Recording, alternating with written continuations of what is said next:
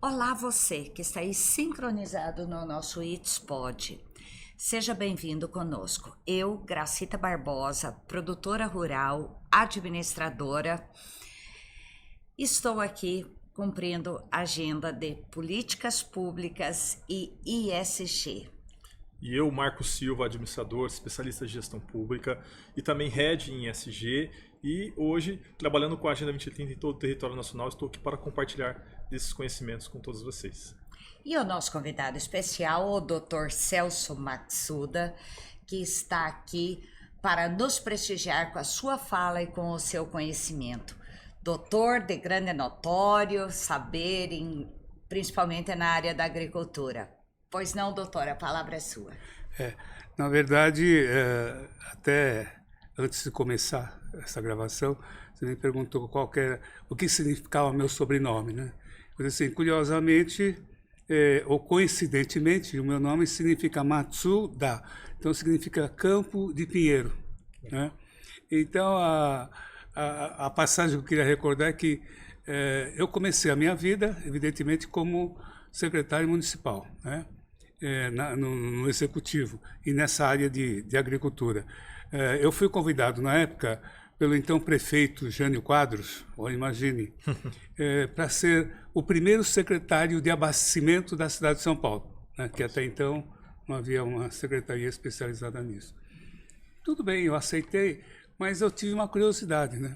Para ele perguntei, eu tenho uma história no abastecimento, em função da minha família, em função digamos assim, daquilo que eu já vivi nessa área. Mas por que o senhor me convidou? Como é que o senhor sabia dessa minha relação?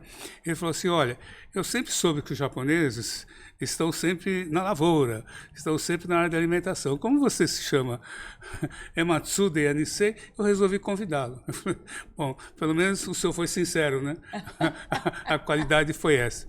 Mas eu comecei a minha vida nessa área do executivo e nessa área da alimentação, da segurança, da produção rural. Eu comecei como secretário municipal de abastecimento. Aí, em função do trabalho, eu fui convidado a ser presidente da CEAGESP, né?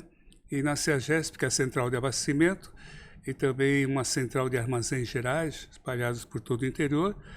E logo em seguida também fui convidado para ser o secretário nacional de Política Agrícola, né? E daí em diante, então, depois eu fui novamente para uma outra área, que eu fui ser consultor da FAO, né, para assuntos de alimentos, e até um determinado momento que eu tive que voltar para São Paulo e começar também a cuidar da minha família, que nesse intervalo de tempo ficou um pouquinho afastado. E aqui em São Paulo, então, eu assumi consultorias, né, e também coordenação de gestão junto à Secretaria da Agricultura e Abastecimento de São Paulo. Agora, toda a minha vida, então, está voltada para essa área da agricultura, mas não é não é a minha formação, né? Eu sou formado, eu cursei engenharia, sou formado em Direito e na USP eu sou doutor em Comunicação e Marketing. A palavra marketing, sim, é o que está mais ligado a essa área, porque a gente fala muito em agricultura, e na agricultura é todo um segmento, né? E nesse segmento, muitas vezes, a gente esquece que não é só produção, né? Existe também toda uma parte que vai de transformação, vai indo de comercialização, até que abastecimento, né? Até que efetivamente o alimento chegue na mesa do consumidor. Então, todo esse aspecto me fizeram entrar nessa área. É isso daí. E hoje, nos últimos tempos, né, na secretaria, que eu exerci uma coordenadoria que chamava Coordenadoria de Desenvolvimento Agropecuário até há pouco tempo, eu tive a oportunidade de me aprofundar, de pesquisar sobre mudanças climáticas, né, principalmente, e ESG. Eu acho que foram duas coisas, se bem que eu interliguei, né? Foram duas coisas que eu entendi. E eu entendi isso como sendo, digamos assim, o foco para a inovação, o foco da inovação e o foco da sustentabilidade na agricultura, né? Hoje, no meio no meio da produção, nós somos campeões, né, de exportação, nós somos os maiores exportadores de soja, conseguimos ultrapassar o milho já somos entre os 3 maiores, enfim, nós temos recordes, só que tudo tem limite, né? Então temos variações que deverão agora acontecer, eu diria, nos próximos anos, em decorrência de tudo que ocorreu até agora. Então essas guerras que aconteceram agora entre a Rússia e a Ucrânia e agora no Oriente Médio, tudo isso aí vai ter consequências, está tendo consequência nesse instante na área de produção e, evidentemente, vai ter consequência futuramente na área do preço, né, dos preços de todos os insumos que envolve. E aí fica restando a pergunta, então, o que nós temos que fazer nesse instante para nos preparar para isso e para o futuro? Aí eu só vejo, então, é essa pesquisa que nós estamos realizando. E qual que é a relação que o senhor entende da absorção do mercado, principalmente o mercado europeu, em relação a produtos? O senhor cita aí as commodities, né, do agronegócio. O senhor entende que, para que tenha um valor agregado a esses produtos, elas devem ter certificação de origem, deve ter rastreabilidade, deve-se ter uma certificação, por exemplo, de ISG, que também credencia que esse produto ele foi feito desde o seu manejo até o escoamento, obedecer os pilares e regramentos que estão atrelados à política do ESG. O senhor acha que isso ajuda muito na questão de valorização desses produtos lá fora? Sim. Eu queria partir de um ponto, o foco principal. Quem manda é o consumidor, né? Quem manda são as pessoas que se alimentam. Então a gente tem que perguntar para ele qual que é a sua preocupação, né? A preocupação sempre é comida boa, né? Quantidade suficiente, toda uma política, digamos assim, de alimentação segura, nutritiva, tal.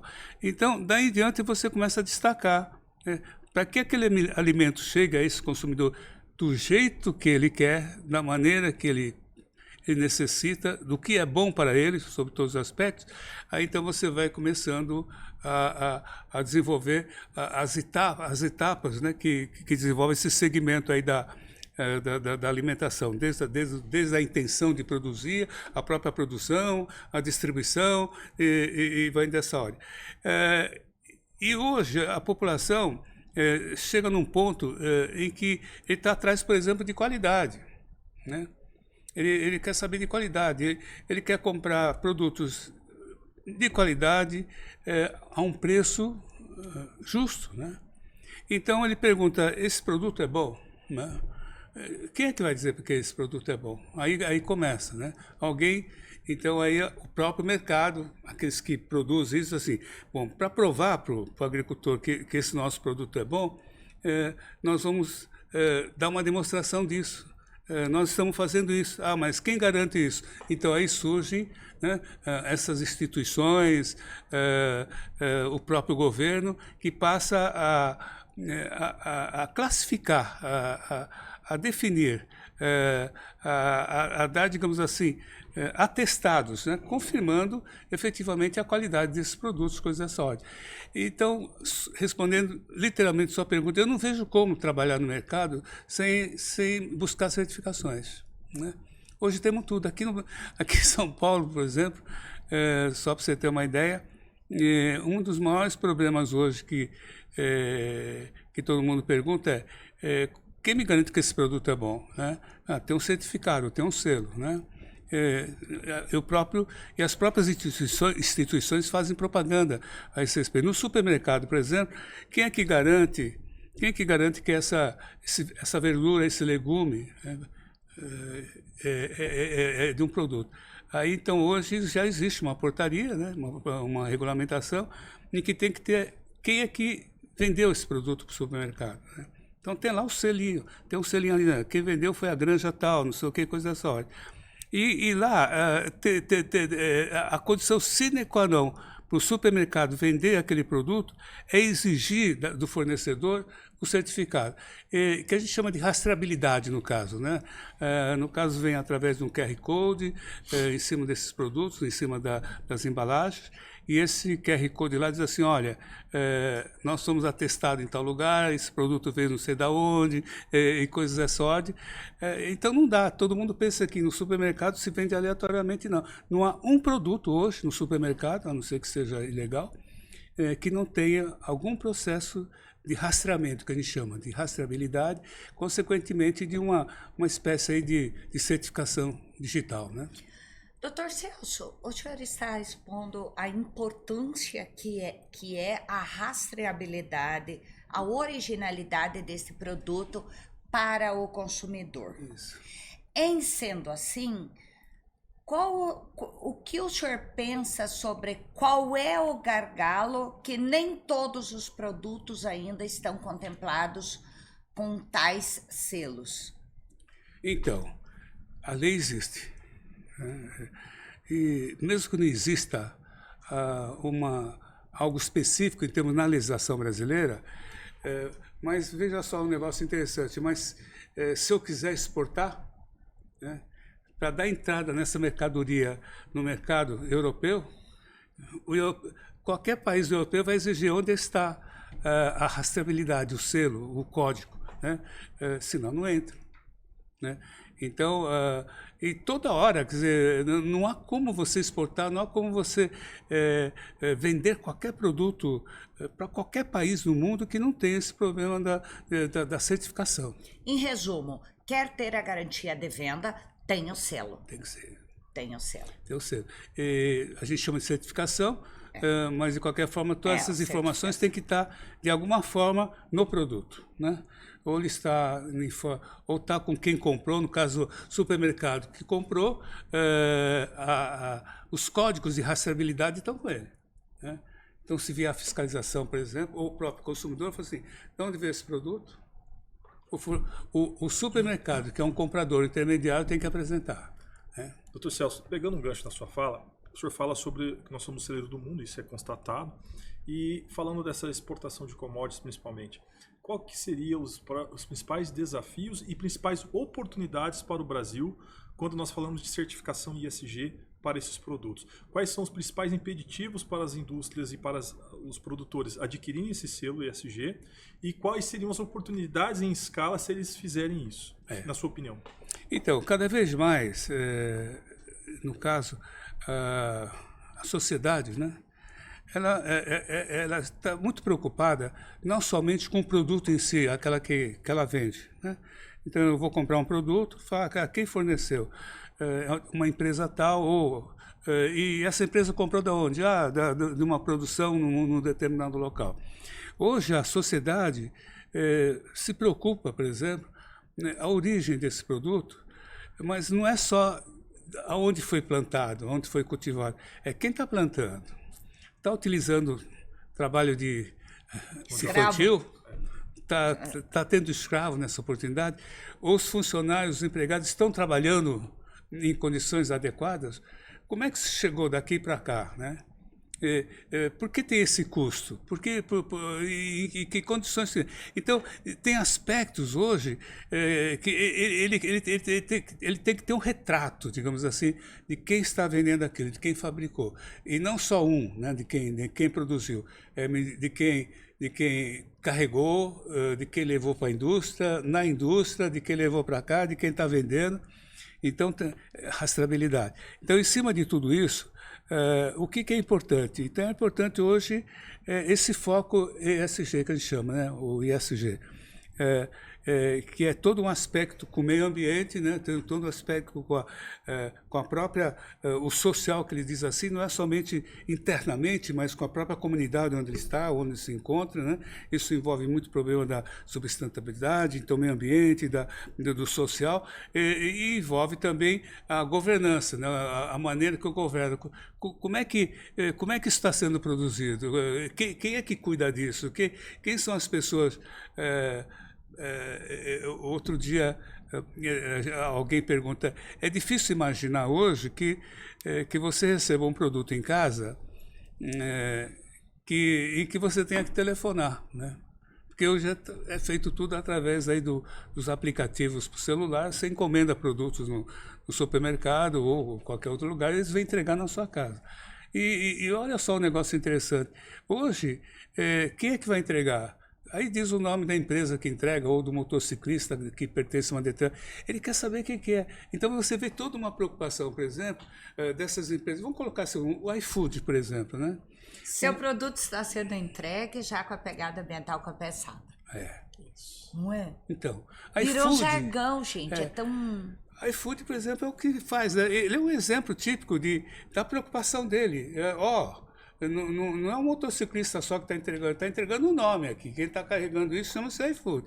iFood tem um motociclista, esse rapaz já é cadastrado, a moto funciona bem, ele tem toda uma orientação, um treinamento. Eu fui na sede da iFood, aqui em São Paulo, lá em Osasco. É um parque, né? Treinamento, controle, uma série e uma preocupação. E eu encontrei na sede da iFood, só para dar um exemplo, não sei se... eu fui lá e fiquei maravilhado. Lá eles têm uma espécie assim, é um prédio horizontal praticamente, né? São no máximo 3 andares, numa extensão de campo muito grande, e em cima... né? No teto, em vez de telhado, eles fizeram uma horta. Uma horta segura, que a gente chama, através de... uma horta comunitária. Com todos os recursos, digamos, de horta, né? De horta nos sistemas de irrigação, coisa só. E aí o que acontece? Aquilo é uma demonstração de que eles estão pensando na... Aí você fala, mas por que estão fazendo isso lá se eles entregam? Não, é porque todos aqueles produtos que eles estão produzindo ali, eles estão doando, né? E eles fornecem para a prefeitura. E a prefeitura distribui isso nos hospitais, na merenda escolar, na distribuição sociais, né? Então, eles fazem essa participação comunitária, eles têm essa dedicação. Então, você fica... então, o que acontece? ESG hoje virou quase que para o consumidor, virou um selo de qualidade, um selo de consumo, um selo que merece respeito. Então, eu fico pensando, uma vez me perguntaram, pô, mas eu não vendo nada, tudo bem, mas você vende marca. Né? Você tem comprador de alguma forma. E para vender marca, você tem que dizer que você é uma empresa respeitável, que respeita o meio ambiente, a sociedade, cuida dos seus funcionários. Isso te dá uma vantagem histórica, né? Marca tem valor.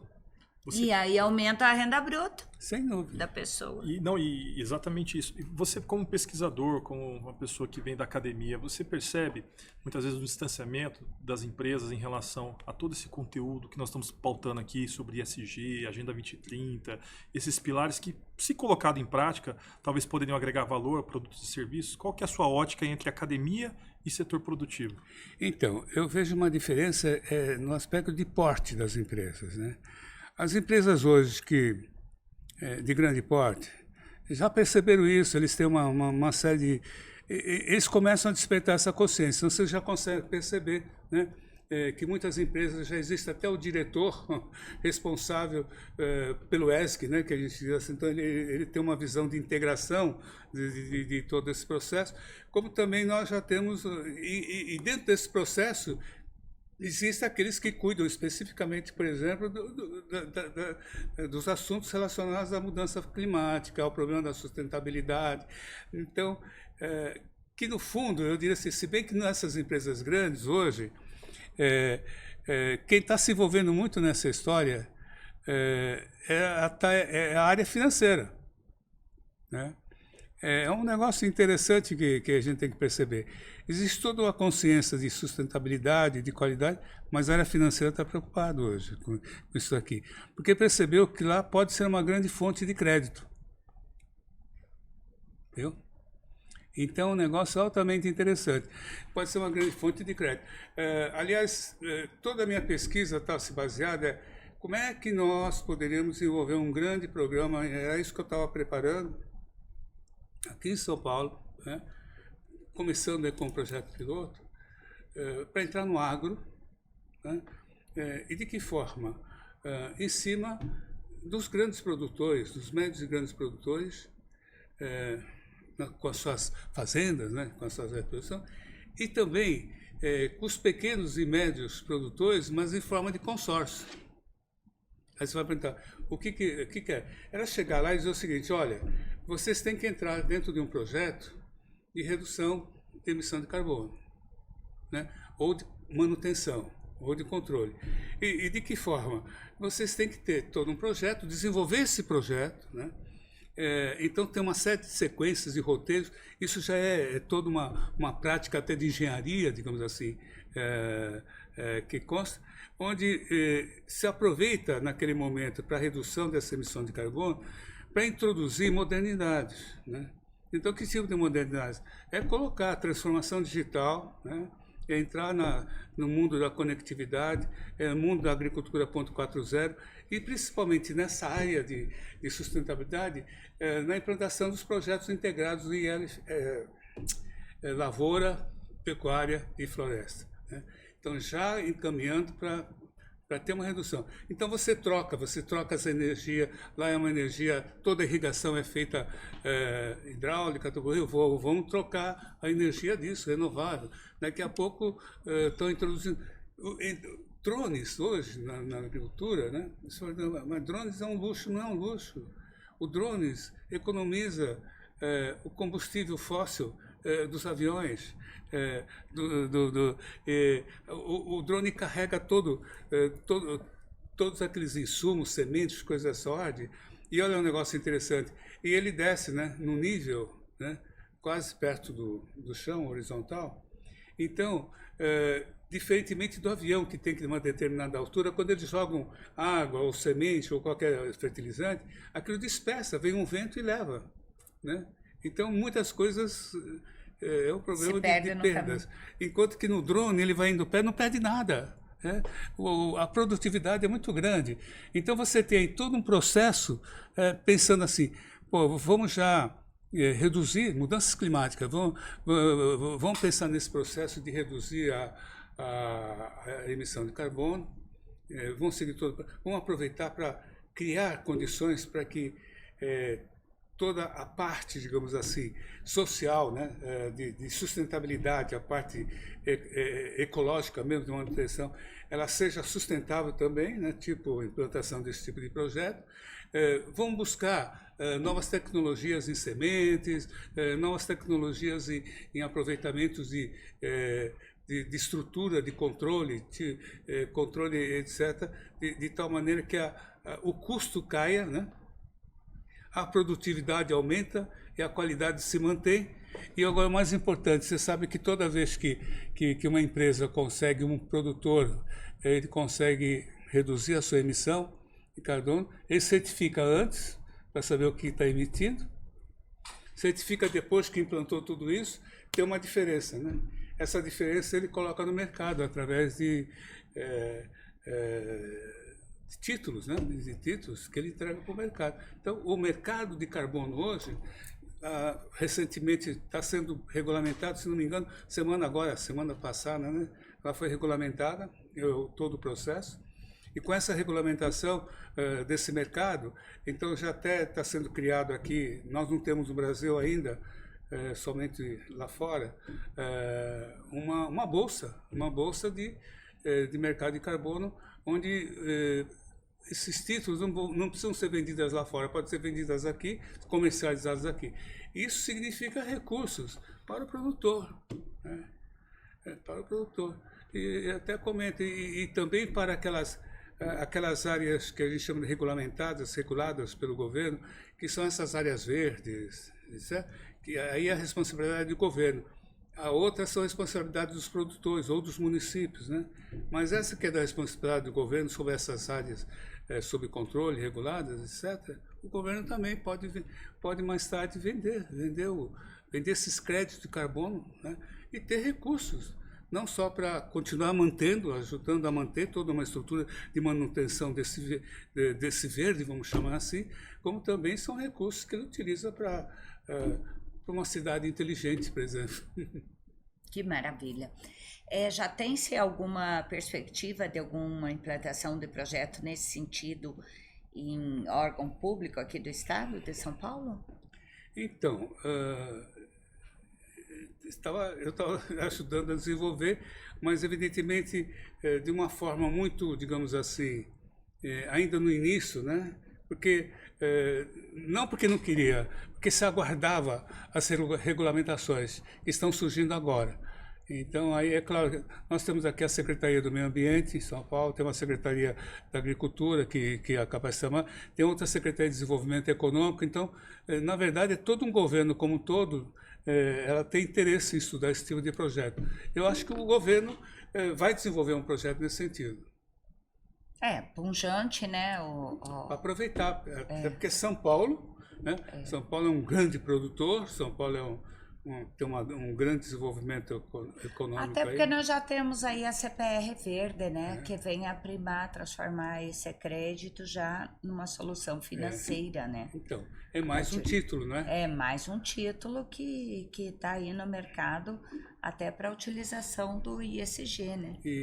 Então, eu estou só relatando isso porque, como você conhece bem esse mercado de recursos, né, de financiamento para agro, eu acho importante ficar atento, porque esse mercado vai começar agora que está terminando a regulamentação, o abaixamento das normas. É o período de maturidade, a evolução, né? Nós estamos saindo de um degrau, de um patamar voluntário e indo para um regulado, né? Isso. E isso é uma evolução, porque abrange os setores que têm necessidade de ser chamados a colaborar, né? Os setores que têm que ser colaborativos. Então, as indústrias, por exemplo, as empresas, as emissoras, né? Então, para que haja a colaboração mútua para acontecer realmente o ISG. Então, uma grande preocupação que tem que começar, para esse mercado começar a desenvolver, tem que criar serviços, tem que criar alguém... Políticas públicas. Políticas públicas e, consequentemente, a criação de serviços, né? Por exemplo, quem que vai fazer classificação? As certificadoras. Certificadoras.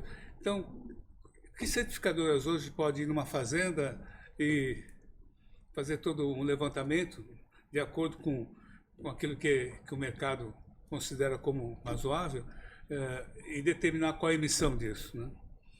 Como é que, ao longo do tempo, essas emissões, conforme foi classificado na origem, elas são fiscalizadas, digamos assim. Aí, então, tem aplicação, desenvolvimento de recursos tecnológicos, né? Então, acompanhamento via IoT, etc., coisa só. Alguém vai ter que fazer esse tipo de serviço.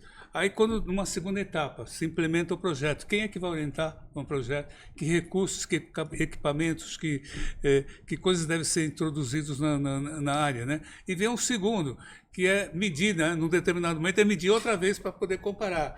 E aí todo um trabalho, até financeiro, né? De como é que aquele certificado vira título. Doutor Celso, o senhor aconselharia hoje os nossos espectadores a investirem nessa área, a adquirirem títulos do Tesouro Verde?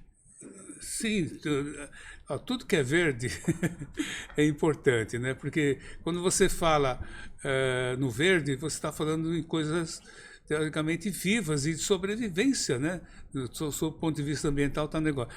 Eu acho que, se alguém perguntar assim para mim, qual o maior investimento? É fundo imobiliário?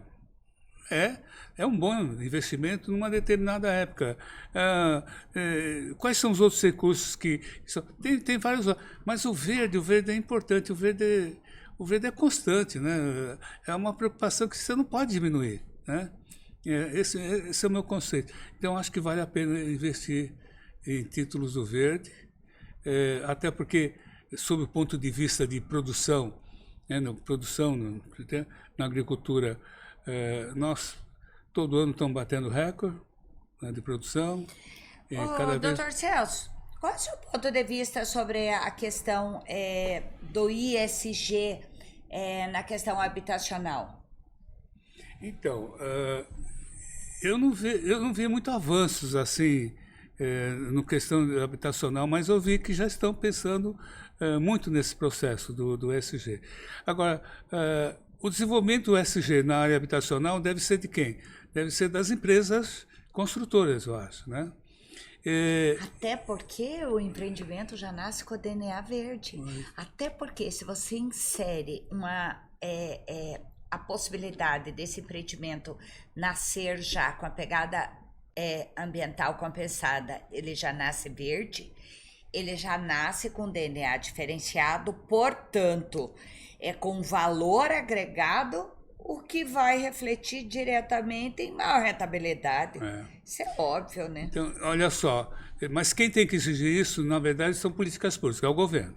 Né? E o consumidor, né? Tem que ter a consciência. O consumidor tem a vantagem de... Ele compra ou não compra, né? Mas eu acho que se a empresa que vai querer construir alguma coisa nesse sentido, ele tem que ter essa responsabilidade. E talvez até seria interessante, como acontece hoje, por exemplo, se for construir conjuntos habitacionais, geralmente pelo governo, né? O próprio governo exigir que nas licitações de contratação apresente atestado. Alguém, né? Que na empresa existe um processo ESG, né? Até porque ESG tem todo um critério de classificação, de ranking, etc. Então dá para avaliar quem tem, quem não tem, quem está trabalhando coisas dessa ordem. Como também eu acho que aí então vai indo, aí abrange tudo, né? Agora, quando é a iniciativa privada mesmo, nenhuma obra a iniciativa privada pode desenvolver se não apresentar aprovação de planta, não é? Isso, coisa só. O governo, políticas públicas, exija. Então, nos processos licitatórios, poderá ser um diferencial isso, né? Processos licitatórios, e mesmo que aquelas que eu estava comentando, e mesmo aquelas que não sejam licitatórias, né? Por exemplo, uma construtora quer construir um prédio, não tem nada a ver com o governo, ele quer construir, ele vai precisar de uma planta, né? Na hora que tiver que entrar com a planta na a prefeitura pode exigir. Cadê o... porque hoje em dia já se tem, nos balanços fiscais, já tem-se a exigibilidade do balanço verde. Então, o que você está fazendo por isso? A partir da aprovação da lei, por exemplo, da CPR Verde, que aí a partir daí os títulos passaram, deixaram de ser commodities e passaram a ser do mercado financeiro, porque a CPR é um elemento financeiro que carrega a commodity, né? Então, a partir daí, virou uma solução econômica. Perfeito. Em sendo uma solução econômica, portanto, uma solução administrativa, financeira, contábil e de valor agregado. Perfeito. Com respaldo, com reputação e falando, eu cumpri o ESG, porque tá aqui a minha pegada ambiental e o meu DNA nasce verde. Eu até queria comentar, houve uma época em que, quando surgiu o ISO, né? Isso. Na época que surgiu o ISO, eu me lembro que participando de um debate, alguém perguntou, olha, mas o ISO é uma exigência lá da Europa, os europeus, no fundo, para impedir a entrada de produtos feitos, digamos assim, nos países em desenvolvimento. No caso, por exemplo, falavam no Brasil. Então, no Brasil, por exemplo, o que eles são bons é encaminhar insumos para nós. Eles têm que encaminhar os insumos, os produtos, os commodities, né? Mas eles não têm qualidade para produzir, para transformar indústrias qualificadas. E na Europa havia um negócio muito interessante, que um dos poucos países, ou o único país naquela época, que tinha muita dificuldade em que as suas indústrias tivessem, digamos assim, um nível ISO, né, digamos assim, era a Inglaterra. Né? E é claro que fora de lá, da comunidade, o Brasil era um dos também que exportava insumo, grãos, mas não podia exportar produtos transformados, com valor agregado. Aí começou a acontecer um processo muito interessante. Num segundo momento, a Inglaterra, os dois países que mais títulos ISOs, né, haviam solicitados, obtidos por aqueles organismos internacionais, eram a Inglaterra e o Brasil. Né? Então, por quê? Porque todo mundo começou a se preocupar com esse tipo de processo. Então, eu disse assim, e aqui no Brasil tem um negócio interessante. Tinha muitas empresas que falavam assim, por que você está tirando isso aí, atestando isso e tal, se você não exporta? Ele falou assim, mas acontece que virou um selo de qualidade. Quer dizer, se alguém produz algo para exportar e tem um ISO, então tem qualidade, né? Então ele diz o seguinte, eu não exporto, mas se eu tenho ISO, eu digo assim, eu tenho um produto de exportação, né? Então virou é quase que um marketing, né? Eu acho que vai acontecer a mesma coisa. Ótimo. Queria convidar vocês, espectadores, a assinar o canal, né? Inscreva-se no nosso canal gratuitamente. Você também pode estar compartilhando esse conteúdo de qualidade e comentando acerca de todo esse processo, essa cadeia produtiva que envolve o ESG, a agricultura, os créditos de biodiversidade. E se você quiser também saber mais sobre esses assuntos, saber um pouquinho mais também sobre os conteúdos que o Dr. Celso, né, doutor da USP, está mencionando aqui nessa entrevista, vocês também podem ter acesso aos créditos de biodiversidade. Todas essas informações relacionadas estarão na nossa bio, através dos canais e das nossas redes sociais. Né, Gracita? Sem dúvida. Dr. Celso, muitíssimo obrigado por sua participação. Estamos à disposição. O senhor muito abrilhantou o nosso podcast. Seja sempre bem-vindo. Obrigado, foi um prazer estar aqui e discutir o assunto que a gente gosta, né? Ah, ótimo. Obrigado, Maravilha.